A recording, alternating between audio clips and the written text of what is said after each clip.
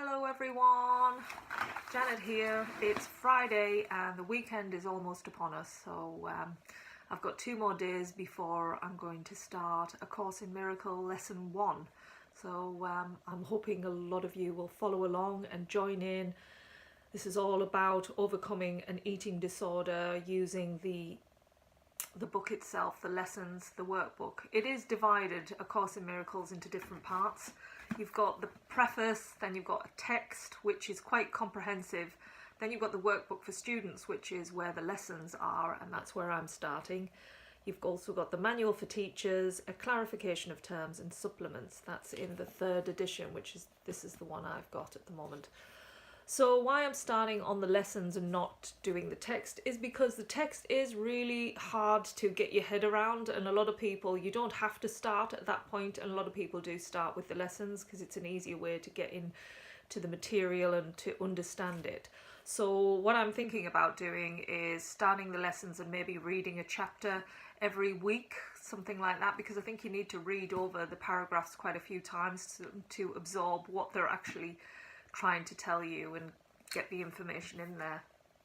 So that will be starting on Monday, and before then I just wanted to offer some advice and just some things that have helped me as I've gone through suffering from an eating disorder for 25 years. You know, I've learned a lot, I've read a lot, I've done a lot of different treatments and therapies, but I think lately I've become very complacent and kind of just, it's almost just let it take over and run its course. But the problem with that is you get to a way where your life starts living this Groundhog Day and you're not moving forward, and that is becoming more of a focus, and so nothing in your life really is moving forward, and I'm just getting so frustrated because I'm getting to an age now where this just can't carry on anymore. It has to stop. So although I'm doing A Course in Miracles, I'm also on a mission to try to really get as much support and help as I can. So I'm going to see a Chinese doctor tomorrow, going to have some acupuncture, see if that can help in some way. I'd also just like to pass on a few things to those maybe who have just started to get into this awful way of eating. And if I can help you just by giving some resources to turn your life around quicker than mine, because please, I would say get off this awful treadmill before it really gets ingrained into your system, because then it is really much harder to break, because the habit has become such a reinforced way of living. And that's where I am. I'm in this state where I just get so frustrated with myself. I want to stop and I just can't seem to do it. And one book that really helped me understand what's going on is called Brain Over Binge, and it's by a lady called Kathryn Hansen.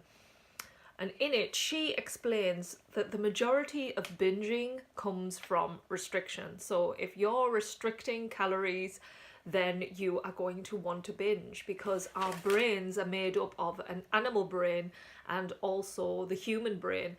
And if you're not feeding yourself, then the animal brain kicks in for survival mode. It goes, I need to eat. And that is something that I have to get over and start putting better food into my body and giving it the nutrients it needs, because I think that's half my battle. I keep restricting and then binging, and then it's just vicious. It's a vicious, awful way to live, and I would never advocate this way of living to anyone. So please, if you're just at the beginning of this, read that book, because I think it will really, really help you understand what's going on in your mind and stop it. I will post a link under here just of a video that I think is quite helpful in explaining a bit about the book and how it operates. And you can get the book again on Amazon, on audio. There's so many ways we can get brilliant information.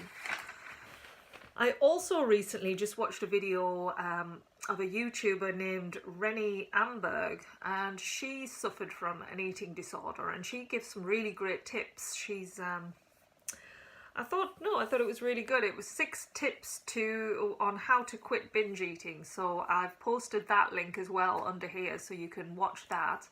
just to get some more really good advice, because she says about black and white thinking, where you know, I do this as well. I have this tendency where I think, you know, chocolate is bad food, salad is a good food, and if I have chocolate then I am a failure and I should never, you know, and all these awful things start. Whereas you've got to stop that. You've got to stop putting these and allow yourself a piece of chocolate, you know, allow yourself. I think the trouble is with me, I have one piece and I have to have the whole bar. I can't just stop at the one piece. And these, it's overcoming again the mind and the urges and all these things, which I'm on a mission right now to combat. So any method that I find and use, I'll let you know as I'm going on through the lessons.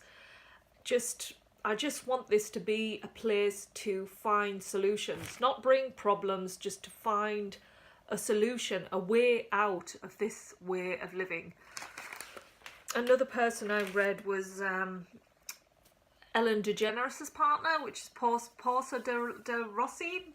She has a great book out called Unbearable, Lightness, and she explains how she got over her eating disorder. She had anorexia, and I don't know if you've ever watched the series Ally McBeal. It was an old American sort of TV soap opera, which was about a law firm, and Ally McBeal is such a very skinny lady in it, you know, and I think she felt the pressure during that time to become very slim, and you can see, I mean, somebody suffering from an eating disorder can see others, and you know when that person isn't meant to be that size, they're just very thin.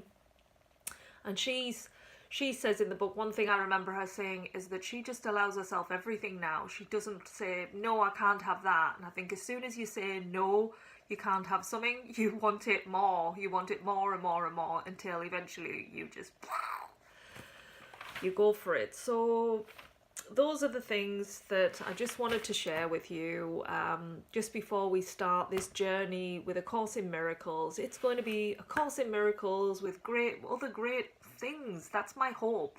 Other great resources, support for you to come to every day and just find something that will give you that moment of just, wow, that's it, that's made me stop, you know, something that will help you, because there's a lot of things in life where you get an epiphany and you get an insight into what you're doing and it makes you stop. And that can come from so many resources. It can come from books, it can come from a TV show that you watch, it can come from somebody just says something to you and suddenly you stop doing something.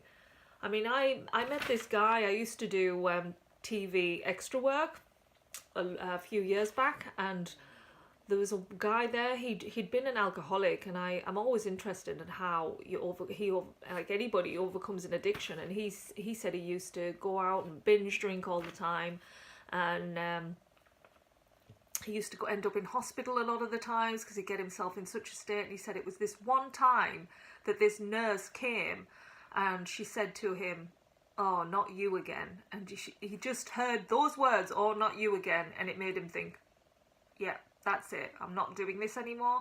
So he went to AA, he started their program, and now he's a mentor for other people suffering from alcohol. And he just said, you know, it's changed his life.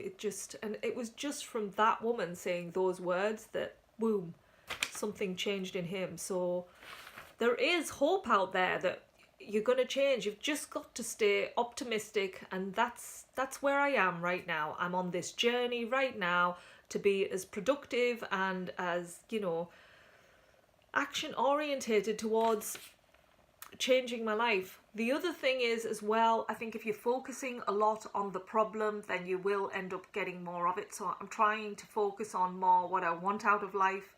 I'd love to get into life coaching because it's something I just love, helping others. Even if I can't help myself out of this, I've been able to help others in their lives in different aspects, you know, in terms of relationships, you know, just things at work that aren't working out, you know, and that's my biggest passion. I want to help others. I don't want to keep having this monkey on my back that is restricting and stopping me from really living my full potential. So Okay, that's enough for me today. I think I've said enough. So thank you for listening, and I hope to see more of you there on Monday. And I can't wait to get started and really, you know, get onto the road of recovery. Okay, take care everyone and have a lovely weekend. Bye now.